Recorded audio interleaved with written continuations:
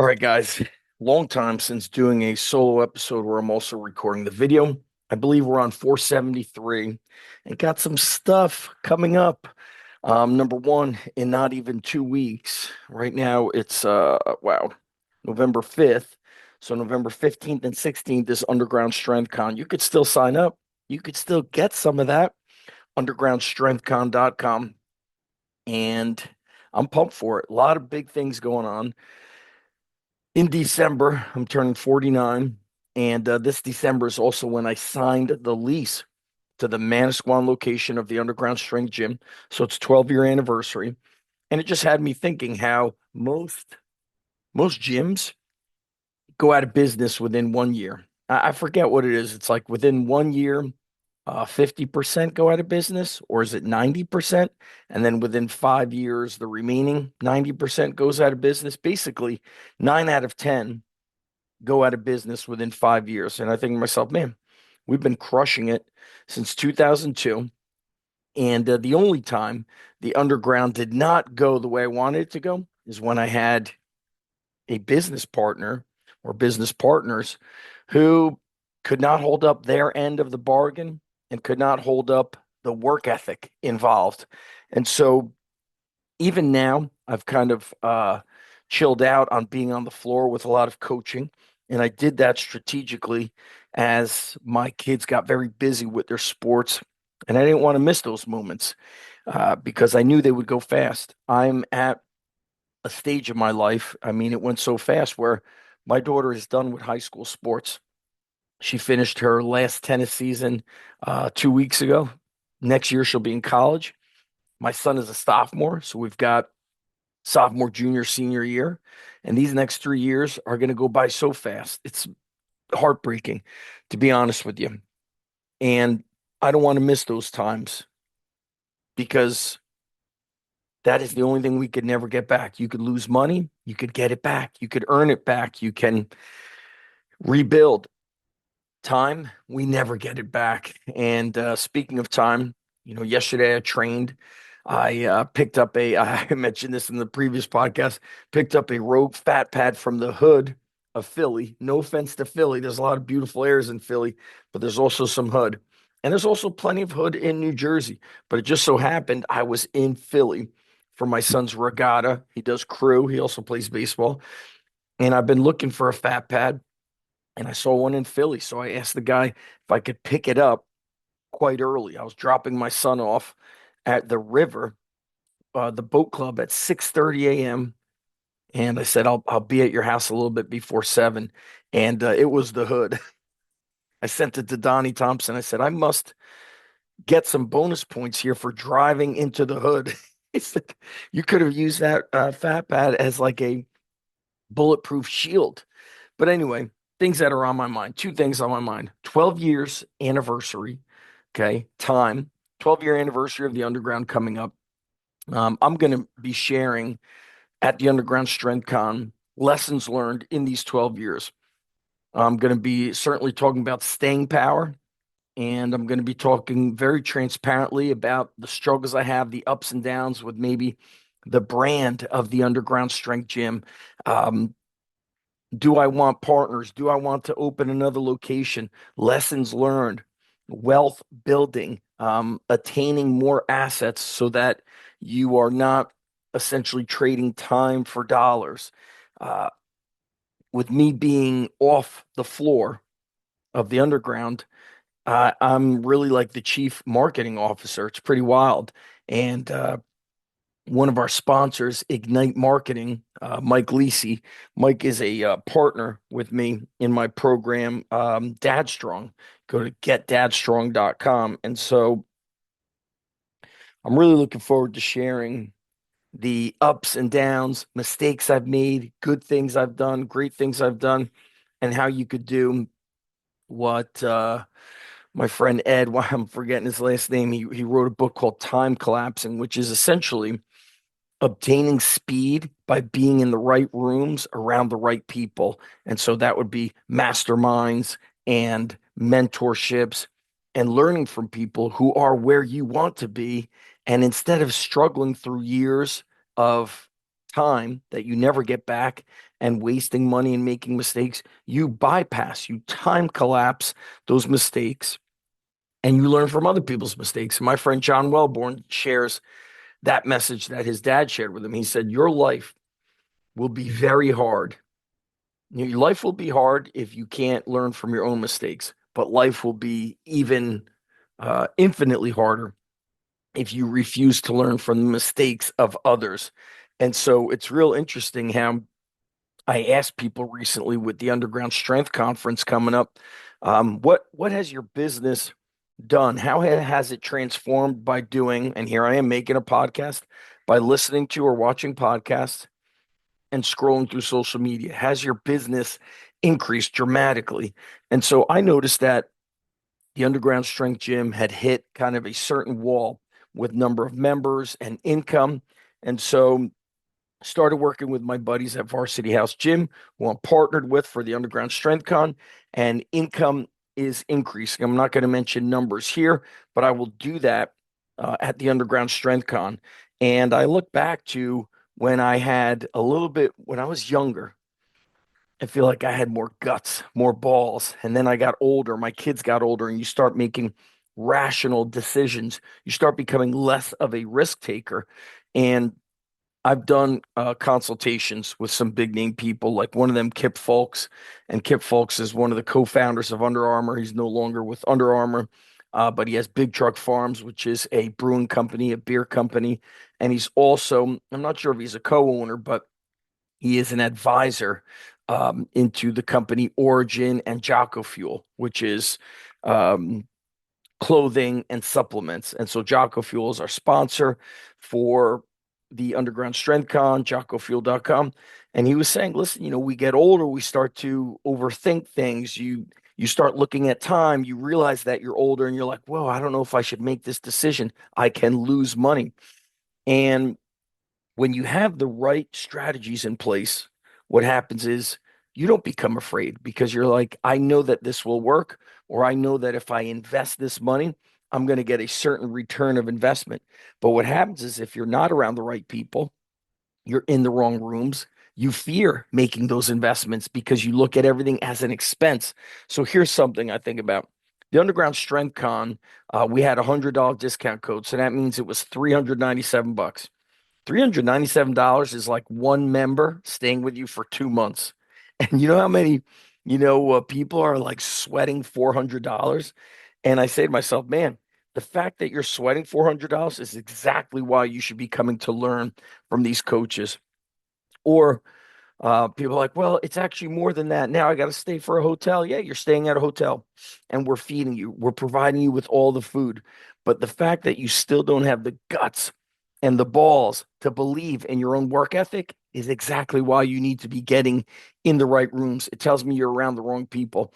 And I look at this the same with training. You know, if you are listening and you are a strength athlete or a strength coach, you could look back to times in your life when you were at your strongest. It was often because you were in the right environment, training around the right people, or just having the right training partners that pushed you. As soon as you got out of that environment, you got a little bit soft. You started to get a little bit complacent. You started to get comfortable. And as I always say, comfort is the enemy. As Colonel Nye said when him and I were doing the Spartan Way podcast, he said, comfort is a cage. You start to just feel comfortable and you start to just repeat, the same activities, the same things, the same mindset. And you're like, you know what? I'm okay here. I'm doing good here. But the truth of the matter is, with the unpredictability of the world, if you are not consistently getting better, then you're technically getting worse. And to me, that's a major concern for a couple things. Number one, that's how you put yourself out of business. Number two, as a family man, that's how you are guaranteed to not inspire your family by being complacent. They don't see you doing new things, doing greater things, achieving more. And so my nightmare was always, I was very much inspired by the birth of my first child, my daughter, was I was afraid that how can I tell my daughter to do great things if one day she would say to me, why should I do anything great? Look at you. You did nothing great. You never tried this. You never experienced this. You never did something better than where you're from. And so it's consistently on my mind. And so that thought process is inspiring me. And I'm going to share something that I have in the works at Underground Strength Con. I'm not going to announce it here. It's not a guarantee to happen, but there's something in the works. In fact, there's always something in the works. So at Underground Strength Con, I'll be sharing, I'm going to try to make it 12 lessons learned in the past 12 years. So I can't wait for that. Number two, I want to talk about training. Yesterday, I trained at the underground. I mentioned I was benching on my new fat pad. And I can't remember how much I worked up to, but I did no leg drive, legs up in the air bench press. And today on Facebook, I came across just some photos of old classmates. And I'm 49 in a month. So there I was always the youngest in my grade, and they're going to be 49. And what I saw was they look old AF. And I'm going to tell you why. Took a little quick break there for another cup of coffee. So coffee with some of the layered creamer. I'm not even sure what's that. It's like coconut oil and some other stuff in there. Getting fancy. I know I'm not supposed to slurp, but I do it anyway. So back to what I was talking about. Staying young, strength training reminds me, of course, of my programs. We have Gladiator Strong and Dad Strong, both on Train Heroic, and they keep you young. And I could even, I came across a couple of people I went to high school with who are 6 months, a year older than me, but they look 10, 12, 15 years older than me. They've aged. And when you stop strength training, your body has no reason to feel young. It has no reason to stay young. And when you eat like shit and when you drink excessive alcohol, I barely ever drink. This was kind of like a shock to every doctor. I've had some medical procedures the past 3 weeks. They ask you, drinking frequency, smoking pot, which tends to be a regular thing for a lot of men, and probably nowadays also being on TRT. When do you drink? Never. I have one drink in the summer. I'll have maybe one drink at Summer Strong, which is like a big joke to everybody. Uh, I haven't had a drink in ages, during the holidays. I'm probably not going to drink. It doesn't do anything for me. Okay. I'd rather make an anabolic protein shake. I'd rather put um I'd rather put two raw eggs in my protein shake than have alcohol.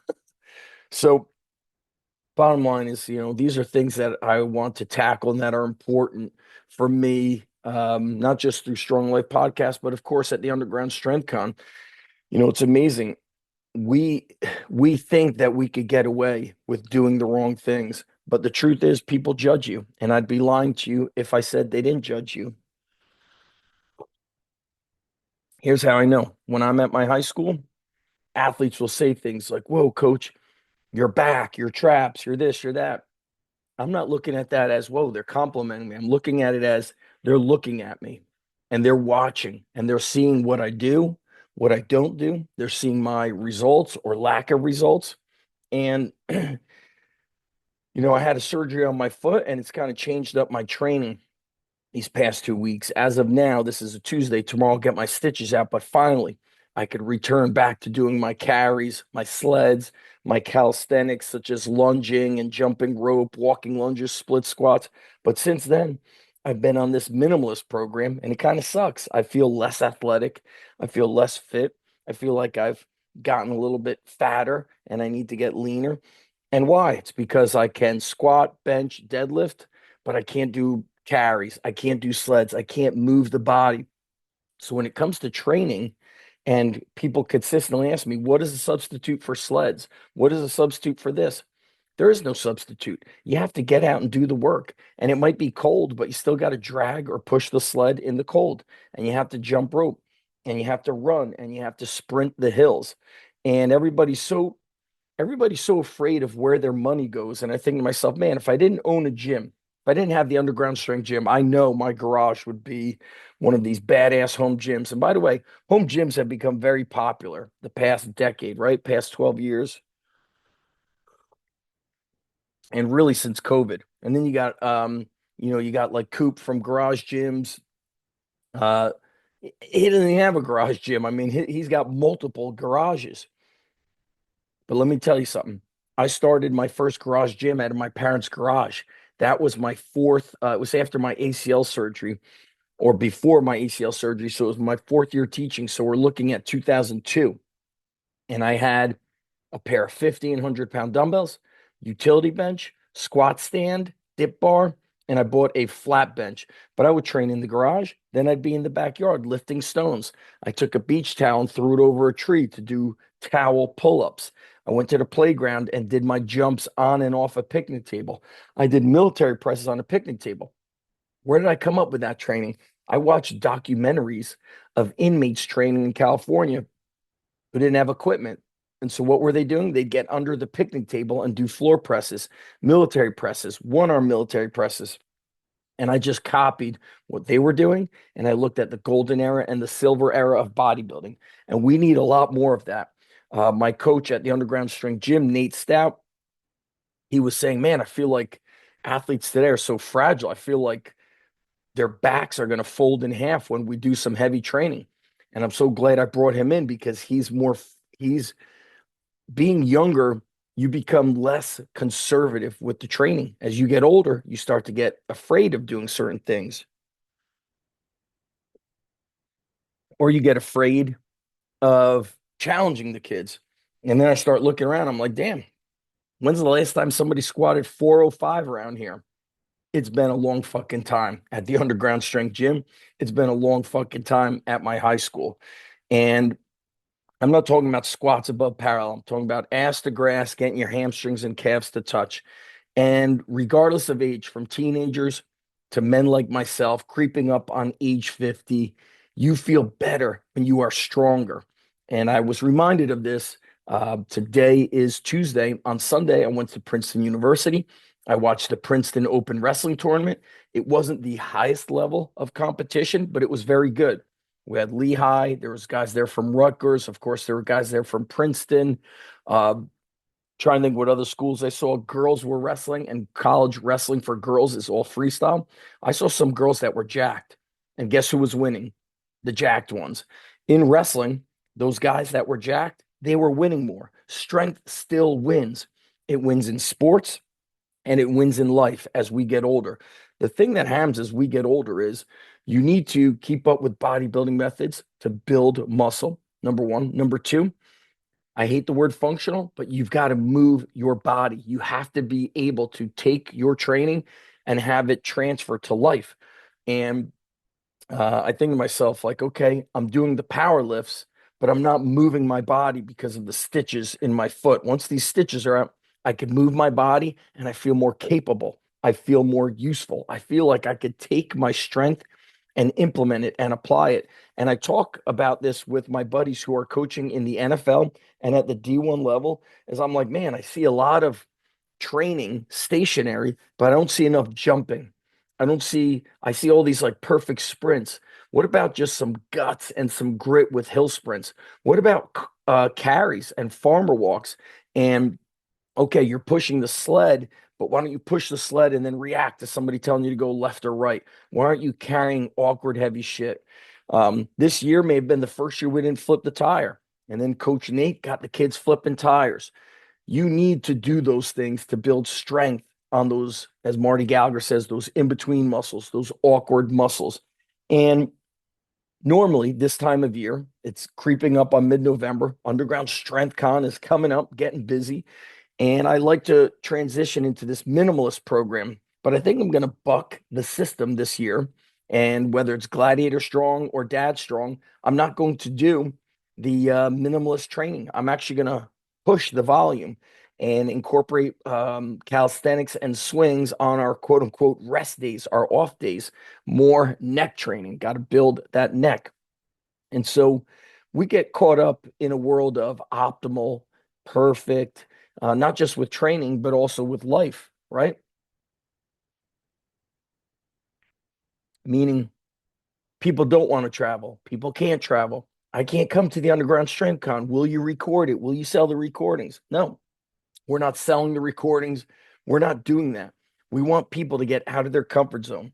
And when I was in a mastermind group, a business coaching group called Strategic Coach, they did not want to put their event in New York City because they knew that there was a ton of people from the tri-state area that would um, find a way to not get away from their business. Why was it in Chicago? Because you had to fly there and you had to get in a hotel. And then you had to network and meet up with people in your group the day before. Then you would go out to dinner with the people in your group after.